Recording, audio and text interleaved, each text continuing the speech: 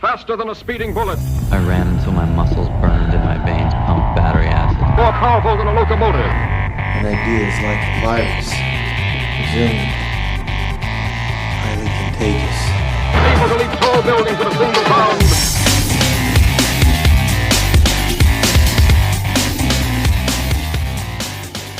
All right, ladies and gentlemen, welcome to the Better Humanology Podcast. Jerred Moon here, and I guess I would say extra super pumped for today's podcast guest because it is none other than my wife, Emily Moon. She has decided to come on the podcast finally. It took 4 years of convincing.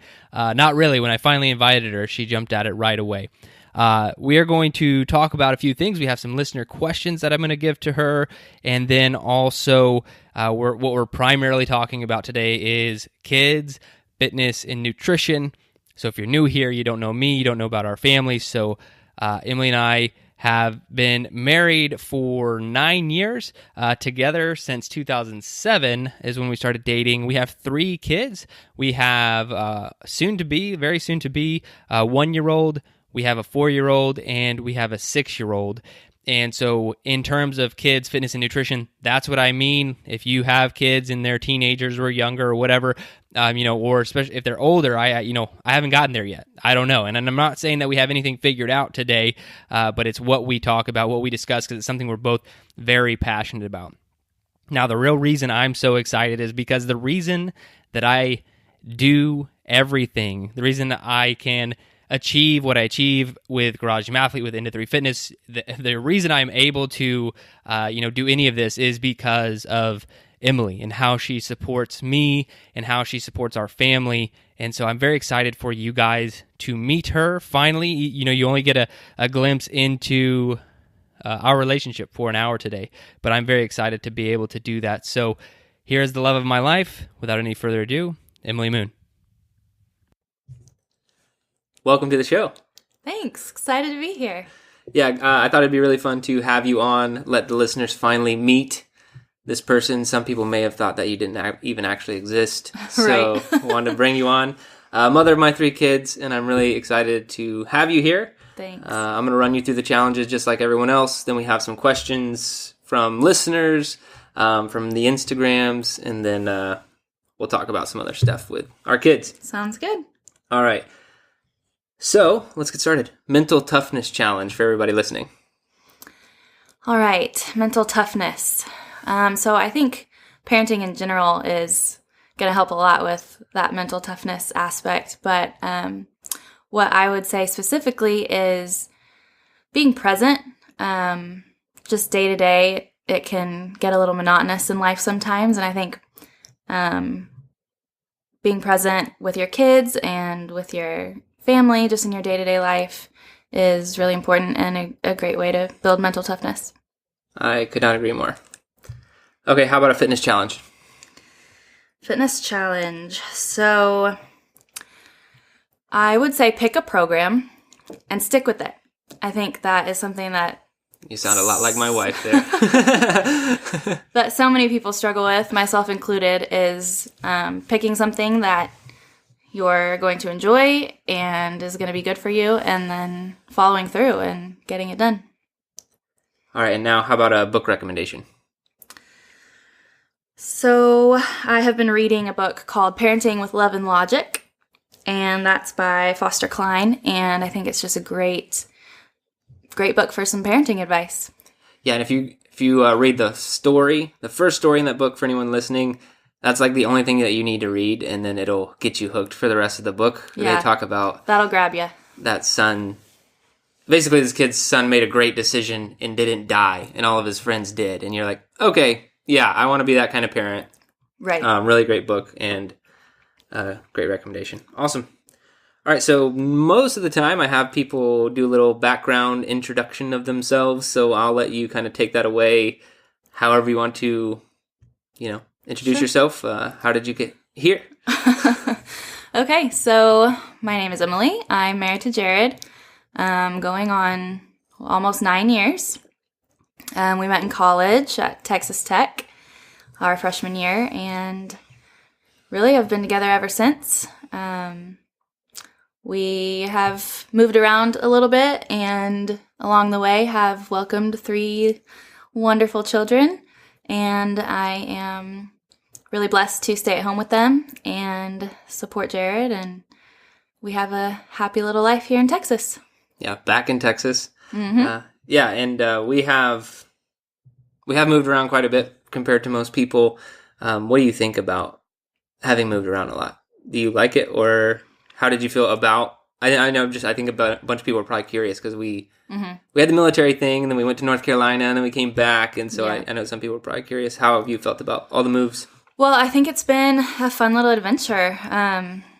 We don't sit still much, and that's kind of been the story over the last 9 years, but I think we're blessed to be able to do that and kind of go where our hearts take us, and on a whim. Sometimes that works out and sometimes it doesn't. But I think we've had some great experiences and we've definitely learned from them. But happy to be home in Texas for sure. Yeah, we are Texans through and through.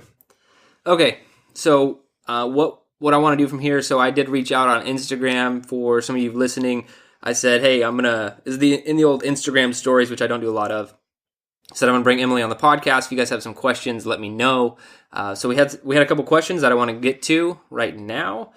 And then from there, Emily and I are just going to talk a little bit about health, fitness, nutrition with kids, and just some of the things that we're doing, not necessarily what we think everyone should do, but I just think that some people might be curious, as that's a major part of our lives, fitness, nutrition, and all that. So let's get to the questions first from the listeners. So I didn't write down anybody's name because I didn't know if they'd feel comfortable or not, but one question was, is there a workout you can beat Jerred at? Absolutely not. Jerred is the workout king in our house, and as it should be. That's his profession and what he loves to do and his passion, so he is the king of the workout here. I'm sure we could find something if we had to. Okay, another question we had was, I'll share, because she's been on the podcast. Ashley asked, what does your training and nutrition look like as a breastfeeding mom?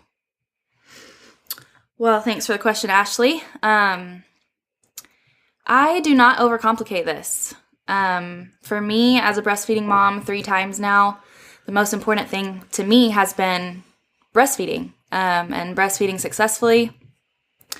And I've done that, and it's been great. And I think from a nutrition standpoint, I really just, since it's been such a big part of my life for so long, I tend to just focus on making good choices, eating pretty intuitively, eating enough to support breastfeeding, but not too much, obviously, and, choosing the right things. I think balancing your diet and eating the things that we know are healthy for us.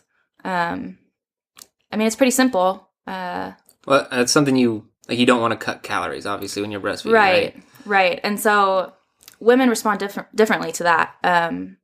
Some women, their milk supply is totally fine when they cut calories, and for other women it isn't. So I've really just listened to my body on that. And, I've never had too huge of a struggle to lose weight after having a baby. So, that's really what's worked for me. I haven't been strict. And then, after a certain amount of time, I feel more comfortable starting to count macros or, focus on losing the last few pounds. Which is kind of what you're doing now-ish, right? You took a little break on your trip, but you're counting macros. How was that with breastfeeding? Did you feel like it affected anything? No, I didn't. And I think at this point, she's about to turn a year old. I think at this point my supply is so well established, and it's not something that I'm having to be so conscious about. And so that's been going fine. So I do have one question, I guess, because so Emily and I got into paleo around 2010. I think it was right when I got into the Air Force, pretty much. We kind of picked up on that. And then you've done a lot of stuff since then. You've done food sensitivity tests and cut things out of your diet. You've done Whole30 more than a few times, strict paleo, AIP paleo, right? All these different things. Did any of those types of diets go in conjunction with your breastfeeding? Because you've breastfed all 3 of our kids, for pretty long time, I would think, compared to a lot of people. So did you do any of those kind of diets when you were breastfeeding?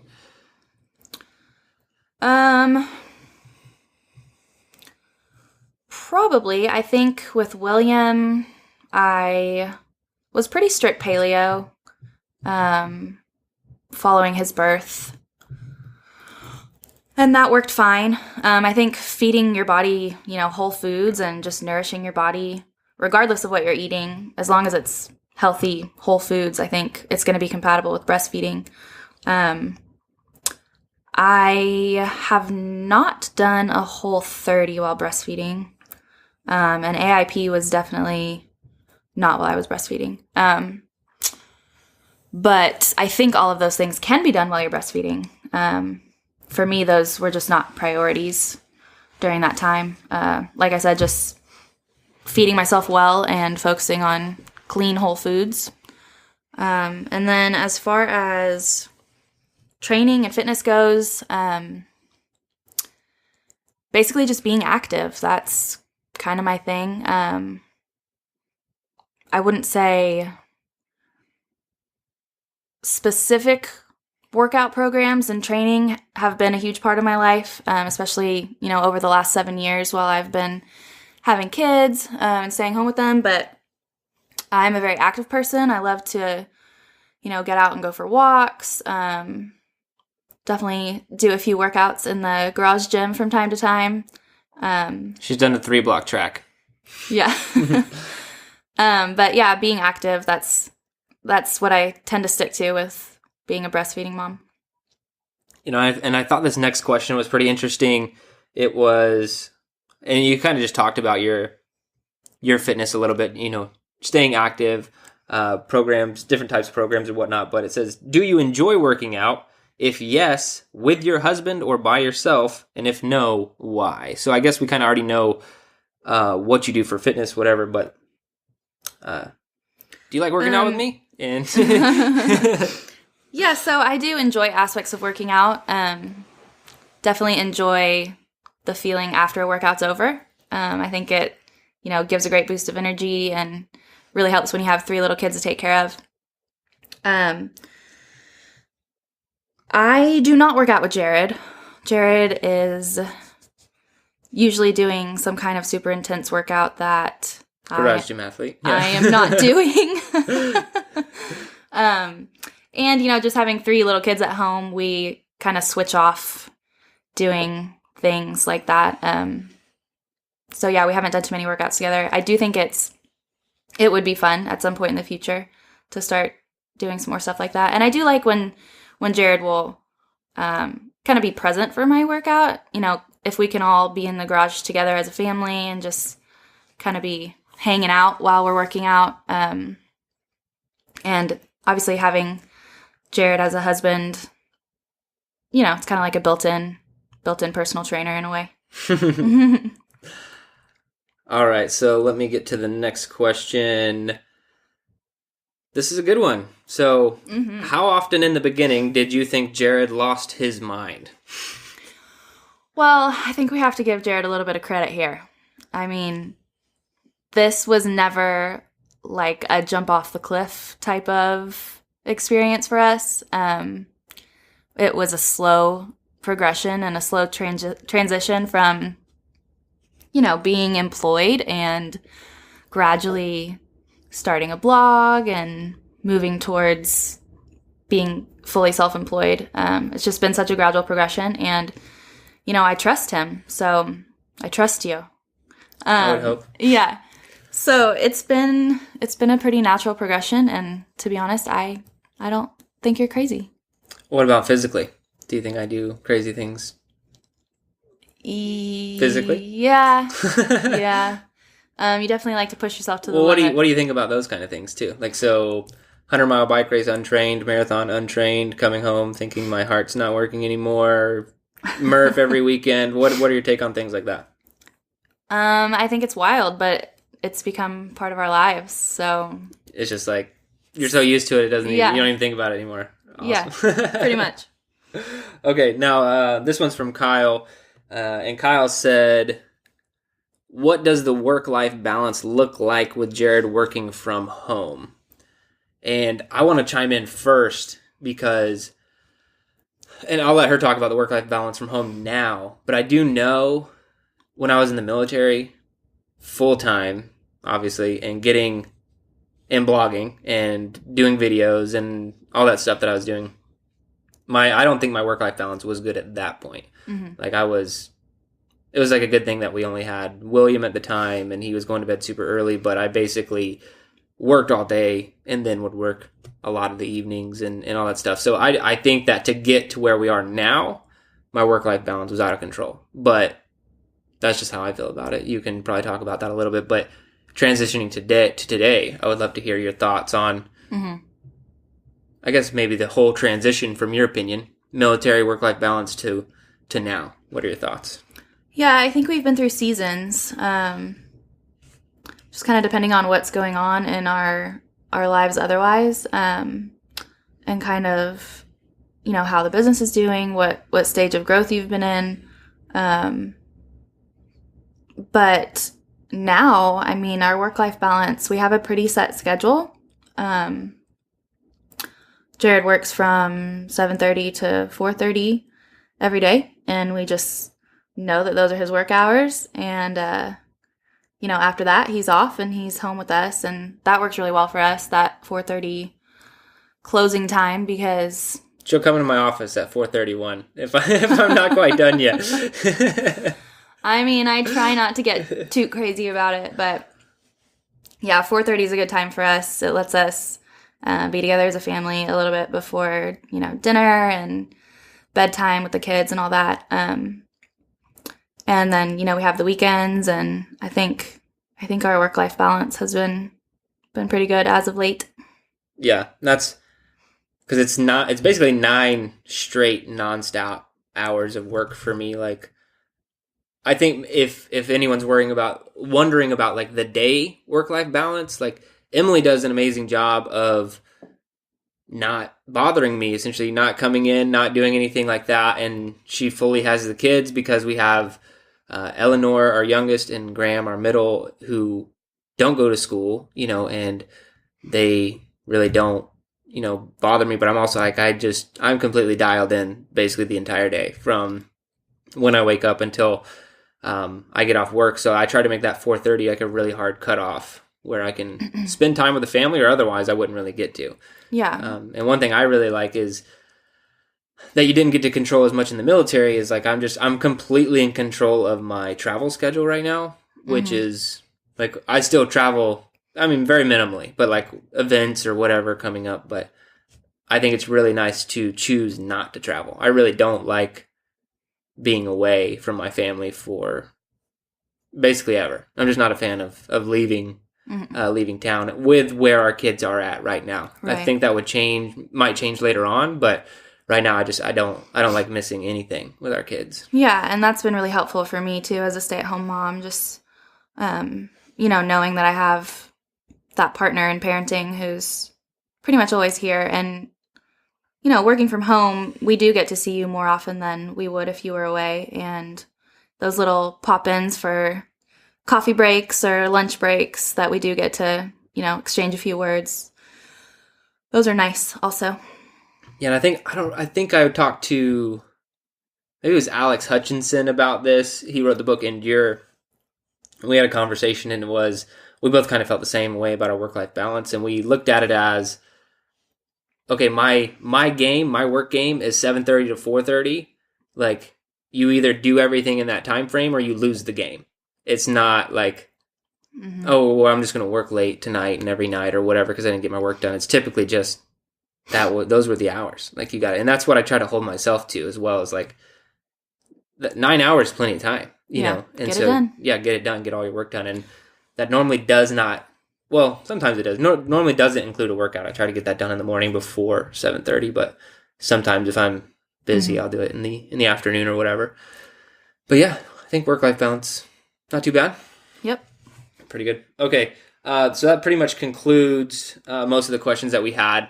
And I kind of wanted to transition and talk a little bit about just kids and fitness and nutrition. I think that's probably maybe the most unique perspective we could give as people who are incredibly focused on that and I've always said on the podcast, Emily's probably never actually heard me say it, but she knows that I do, is that if we could take her nutrition discipline and knowledge and my, fitness knowledge and discipline, and combine us, we would make a pretty awesome human being. And I think that's why we're an awesome team. But it also, what does this do to our kids? Because it's hard to, speaking of that book, Parenting with Love and Logic, not be the helicopter parent who's like trying to control everything that's going to your kid's mouth and worried about working out or getting complexes about being fat or, all these things. There's like so many things that you feel like you can jack up as a parent. And one thing I want to make sure my kids have is confidence, but also a really great knowledge of fitness and nutrition, but not from a rules-based standpoint. So I think empowering them with the knowledge is going to make a huge difference, and just sharing what we know to be true about, nourishing our bodies with food and taking care of ourselves with fitness and exercise.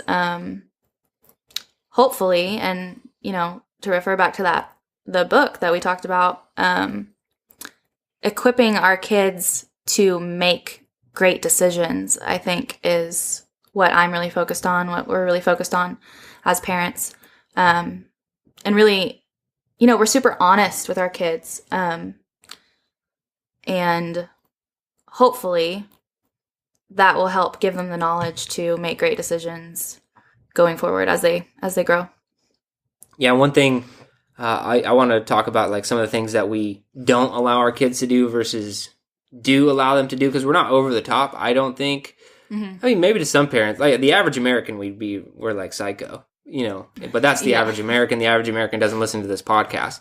I'm talking about, people who they just have no knowledge of health, fitness, nutrition. But one thing I can't really get over and allow my kids to do, and that's just because my deep-rooted belief and hatred for sugar, is that I don't let my kids drink sugary drinks, period, dot. Yeah.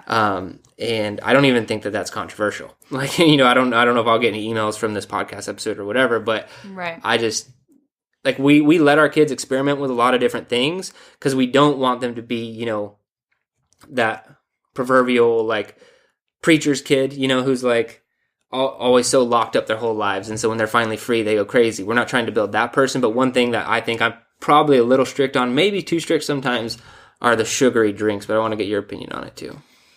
Yeah, I mean, I read somewhere that the recommended daily allotment for sugar for children is 12 grams of sugar a day. Wow. Which you can that's imagine. A very small amount, yeah. Yeah, that's incredibly easy to hit. And that's added sugar. Yeah.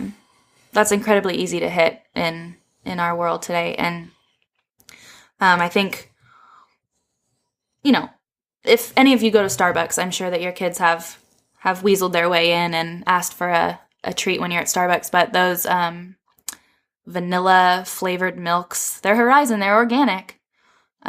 Those have 24 grams of sugar.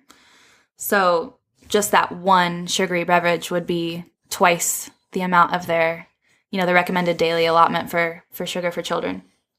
So I think that is one thing that we're pretty strict about, not allowing those sugary drinks, whether it be sodas or Gatorade after soccer games or... And that's the only time I feel weird. Yeah. Because our kids don't give us a lot of crap, and I think that's because we don't just lay out the rules. Like Emily said, we're very honest with them, and we give them the why behind things.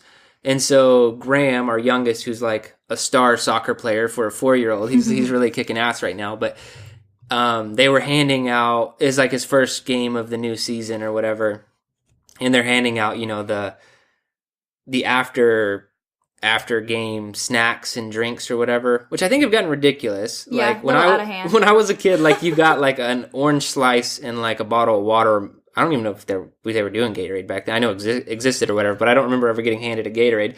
And now they're handing to my kid 2 Rice Krispie treats, a bag of popcorn, and something else along with a 30-ounce Gatorade. And I'm just nah. He played he played like a 45-minute soccer game, and he's 4 years old. Like, there's no way. Like, I just know we don't need a carbohydrate refeed. Yeah, bioenergetics. He did not burn through that much and does not need it. But anyway, the reason I feel a little awkward sometimes is because they'll like hand him a Gatorade, and he's like, "No, I can't drink Gatorade," and they're like, "Oh, okay," and I'm like, yeah, like I don't want to feel like that person, but you can take it. And I mean, just to make matters worse with Gatorade, not only the sugar is out of control, but also the food coloring. And that's another ingredient that we really try to avoid. Just because we know how bad it is cognitively, I think it really affects children's behavior.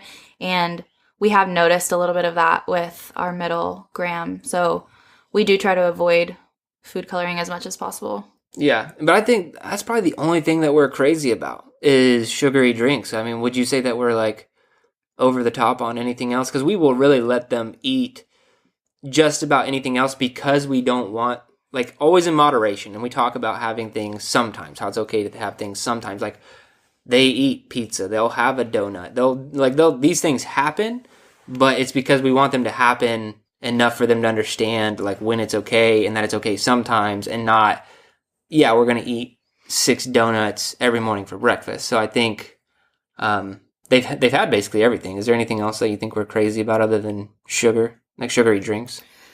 No, I don't think we're crazy about much. I think, like we already talked about, just giving them the knowledge. We let them make their own choices at meal times. I think we provide the food, we provide the healthy food, and then, they're able to choose to some degree what they eat and what they don't eat off their plate. But we talk a lot about why we eat vegetables. Even though they might not be the tastiest food on our plate, why we eat those, and why we drink water, and why we avoid sugar, and just those kinds of things. And I think there's a fine line too between guiding your child to make the right decision and not letting them be that kid at the birthday party who can't have a slice of cake. Yeah, like we don't draw lines like that just so they know when to make their own decisions. And since we've done that, we have put them in situations where we give them completely like free reign, like at a birthday party or whatever. And what ends up happening is like some other parent will give them a slice of cake that could feed 5 people, and our kids will have like 4 bites of it and just be like, yeah, I really don't want any more.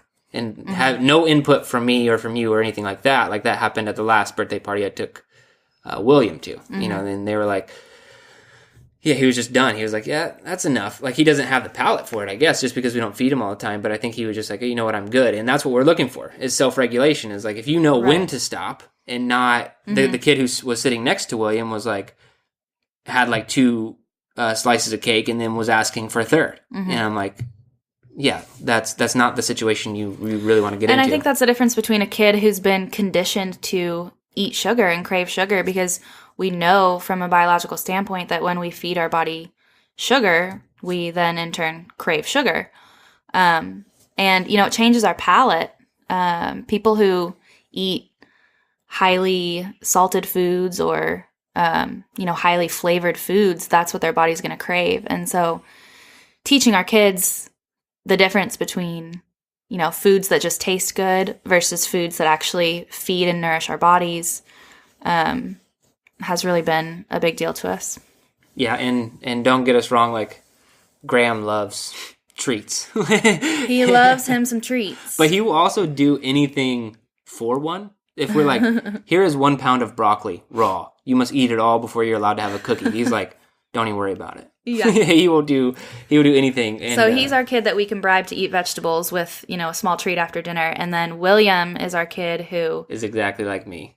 Who's like, will refuse the treat. I don't even care. Like, I will show you that I don't want your treat. Yeah. And he'll eat, a few different vegetables, but he is not a vegetable lover at the ripe old age of 6. So no. Yeah, our kids are like, we still fight all the same battles. I don't want anyone to get the wrong idea. Like, this is what we're trying to do. Our kids are not they do make some good decisions, but they still crave sugar and want sweets and treats and juice and all that stuff. It's just a combination of trying to regulate that when also, not always giving in. And trying to think if there's anything else that we do nutrition-wise. I think, I don't know. Anything? I mean, you're in charge of their nutrition most of the day when I'm not even around. Is there anything that you try and do on a daily basis? Something I really try to focus on is getting them enough protein during the day, because if they're filling up on carbs and just eating snack foods, they're going to be hungry every 30 minutes. Yeah. And it's just going to be, I'm going to spend my whole day in the kitchen making snacks. So typically if they have a meal that's higher in carbohydrates and then, 30 minutes to an hour later tell me they're hungry again, I'll say, okay, well now it's time for some protein. And they understand what that means. Which I do think is crazy. Maybe not normal. Yeah. But that's one thing, our kids kind of know macros a little bit. Not like how many they should have, but they just know the different macronutrients. Like this food contains protein, this food contains carbohydrates, Yeah, so. and we don't focus a lot on fat. I don't think that's something that we need to focus on with them. Fat is really important for growing brains, but definitely from a carbohydrate versus protein standpoint, they know when I say it's time for a protein snack that means, cheese or lunch meat or something that's going to give them a little protein. And to be honest, that is what keeps their bellies full. Yeah, and I feel like I'm a little bit crazy. I'm the one who's probably a little bit crazy over the top with like just carbohydrates in general. But that's just like a personal thing I'm trying to get better at. Just with our kids, sometimes I'm like, you don't need that. And you're like, okay, they're a kid. Like, relax. Yeah. I think, other than the nutrition stuff, I guess that basically covers it. Yeah, we're just really big on sugar and self-regulation. Now, fitness. Mm-hmm. I would love to just maybe I have a very strong opinion of this. Obviously, mm-hmm. I feel like this is probably a little bit more of my responsibility given my profession and everything that I'm passionate about. But what's your take on our kids and their fitness? Yeah, I mean, it's kind of just something that's been ingrained in them, to be honest. I mean, growing up with Jerred for a dad means they're seeing fitness on a daily basis, and that's just normal to them. They haven't had too many experiences with going to friends' houses or staying the night at friends' houses or anything like that, but I think they would think it was weird if their friend's dad was not in the garage working out in the morning. That's my goal. Yeah. Yes. And so I think it's just normal to them. I think they want to work out. I'll turn on a workout video and both of the boys will ask me, "Oh, can we work out with you?" And of course I say yes. I mean, I think it's great that they want to be active. And didn't you do a workout the other day where you ran like a half mile or something, like as part of like a Metcon type thing, and they did it with you? Or I don't remember the distance, but it was part of one of the 3-block. It kind of shocked me that they ran workouts. That distance. Yeah. Yeah, and I don't think Graham finished, but William, he jogged the whole thing with me. Yeah, that's amazing. I don't remember how far it was either, but it was a good amount. Yeah, so I think from a fitness standpoint, what I do is I just try to inject activity. We play a lot of soccer in the backyard, and we throw football around, and I take them places on the weekends. But, it's almost just these aren't things that I'm trying to do a lot of times. I'm just an active person. Mm-hmm. Like, I don't want to sit around on a Saturday and watch a movie. Yeah. I want to go, if the weather is nice, I want to be outside doing something. I think you and I are both that way. Yeah, so we'll do a lot of family walks, or, they'll ride their bikes, and definitely we're outside if the sun's shining. Jerred and I are both sun junkies. We love to get some sun. But yeah, I think just teaching them that being active is part of life and it's normal, and that's what we do. And also, limiting screen time kind of forces them to be more active. There's something I've noticed. Is like if you're like, okay, you can watch that show for whatever, 30 minutes, 20 minutes, and then you turn it off after that, there's not a big fight about it, and then they're playing football with each other. And you'll notice that that's what kids gravitate to. I mean, they don't gravitate towards sitting on their butts. That's boring. Yeah. So yeah, once the screen time's over, they're up, they're wrestling, or they're playing, throwing the football, or playing this new game that you guys have thought up, baseball, soccer. It's a fun game. Combination of sports. Yeah. Yeah. And so here's God's honest truth. I have been playing a lot of soccer with my 6-year-old and 4-year-old in the backyard. We were just playing today, actually, and they're getting really good at soccer. And they got to a point where one of them will be a goalie and the other one will, field the ball or whatever. Mm-hmm. And there have been more than a few times now where I'm like, okay, I'm going to try and beat them. Like, we'll play to 10 or whatever, and I'll still lose because I have a smaller goal than them. They cheat a little bit there. But so it's really hard for me to score, especially with the goalie. But they will actually beat me. They're getting really good at sports. And that's just what we're trying to do is maintain activity. They rarely ever do. Like, William will hop on the Airdyne and, like, pedal sometimes because he thinks it's fun. But to be honest, I try and keep them away from anything that's loaded. Like, I don't want any weighted carries. I don't think any of that stuff is necessary for a long time. I'm really big about avoiding lifting anything too heavy with our kids. I just think it's completely unnecessary. Like, I really...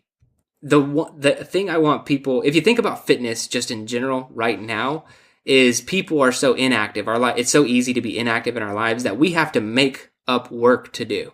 That's what fitness is. We're having to make up work so our bodies can be in the shape that they're supposed to be in. Mm-hmm. And that is, to be honest, I think relatively new in the sense of the world, last several generations. I just want our kids to know that being active is a part of daily life. It's not like everyone treats fitness as this like optional thing. Mm-hmm. And I just don't want them to be like that. I want them to know, like, you have to do this to feel a certain way, to, be a certain way. And that's just what I want them hope to get across. It's the great Into 3 Fitness Garage Gym experiment that we're running, but that's my goal. Yeah, and we're trying to instill a love of activity and a love of sports and fitness and these types of things. And so we would never want to do anything that, could backfire and make them think this is work or this is something I don't want to do once, they're able to make those choices for themselves. Yeah, and I ran into one guy who talked about dishing out calisthenics as punishment to his kids for stuff instead of, like, not spanking them or sending them in timeout, but he'd make them do wall sits or burpees or whatever. That's a dangerous game. That's a real dangerous game. Like, even if it's only like 5 or 10, like, say it's not actually that physically demanding for the kid, he's just trying to make a point.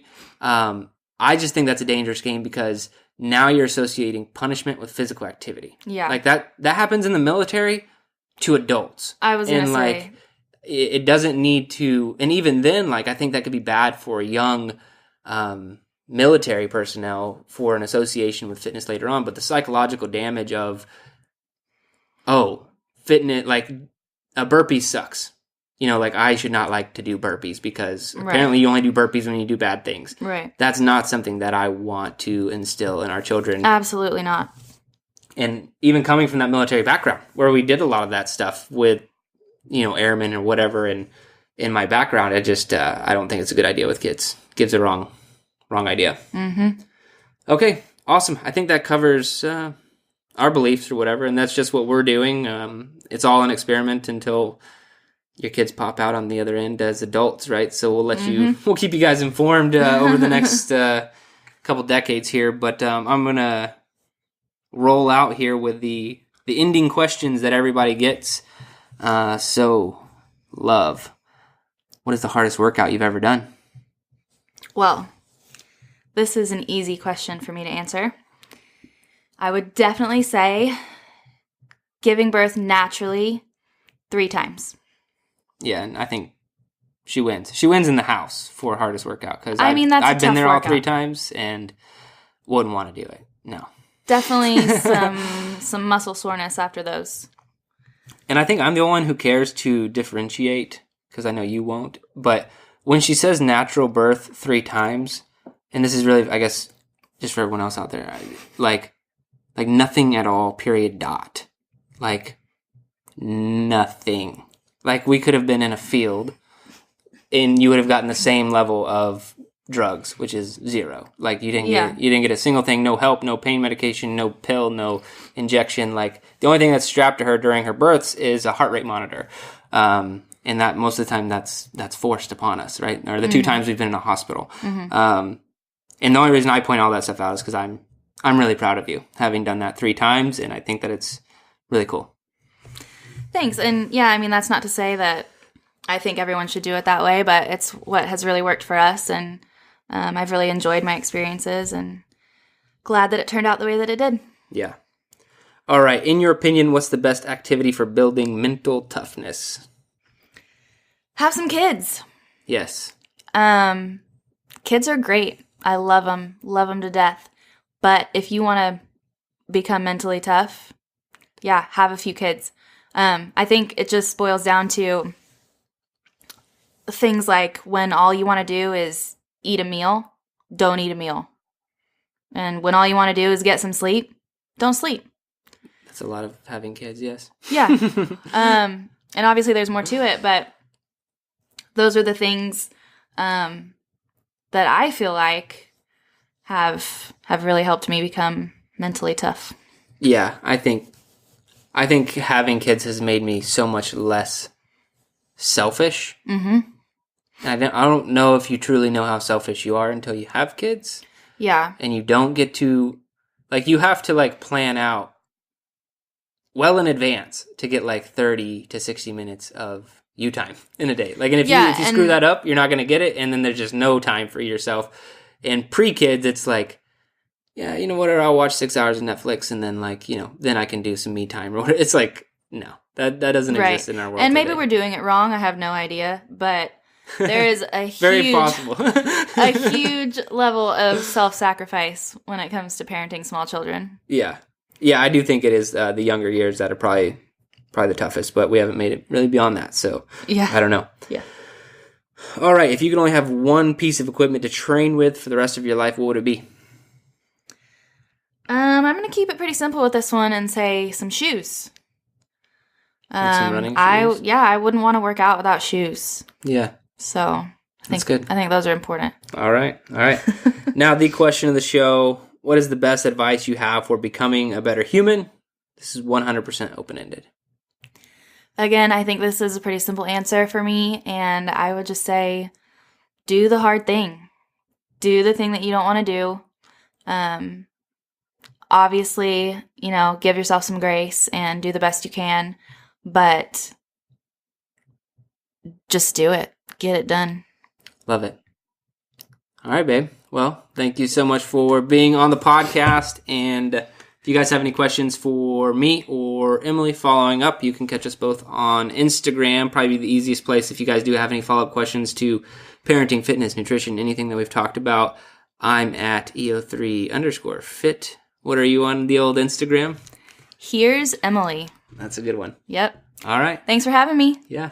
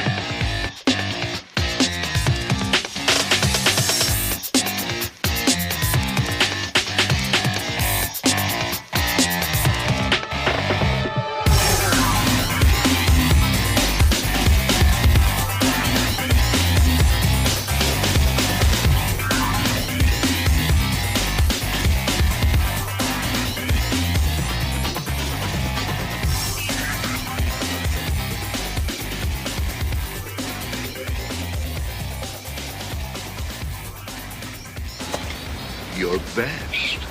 Losers always whine about their best.